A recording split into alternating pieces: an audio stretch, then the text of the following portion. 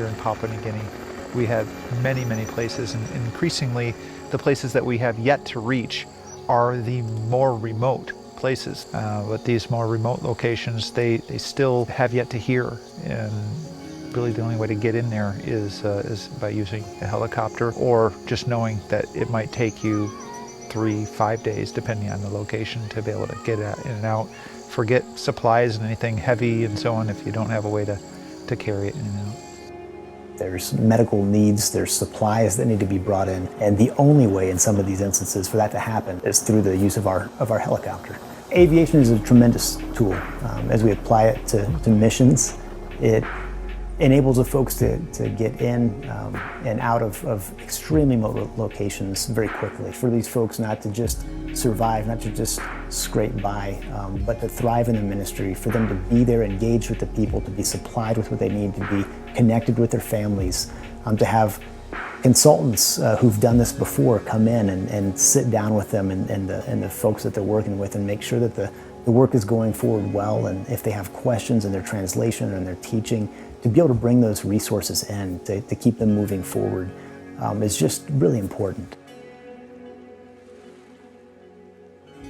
Yeah, when you think about the vision for our organization and the mission and what we're trying to accomplish here, I think the vision has not changed in the 50, 60 years that we've been here, in that we still want to reach the areas where people are least reached. I want to reach those places where other organizations have not gone.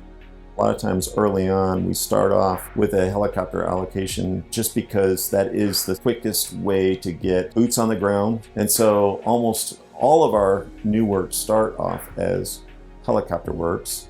The helicopter is the most crucial piece of equipment we have to get to those unreached people groups. And the reason they're unreached is because there is no road, there is no river, there is no whatever into those locations. And that's why, quite often they're looking at a 3, 4, 5 day hike into that location. And so when we're looking at and thinking about moving a family into that location, having them hike 3 or 4 days or 2 or 3 days or even a long day into a location and bring the supplies necessary to raise their kids and to engage in ministry, it's just impossible without some kind of vehicle such as a helicopter to really get them up and running. The impact we see the folks that we're supporting, the tribal church planters, have is God's word goes forward among these tribal villages that have invited them in. And it's not just evident to us, it's evident to others around them. Just a couple months ago, there was a delegation sent from a neighboring village to where we have an existing work. And this delegation came in and said, "When will we get a missionary?"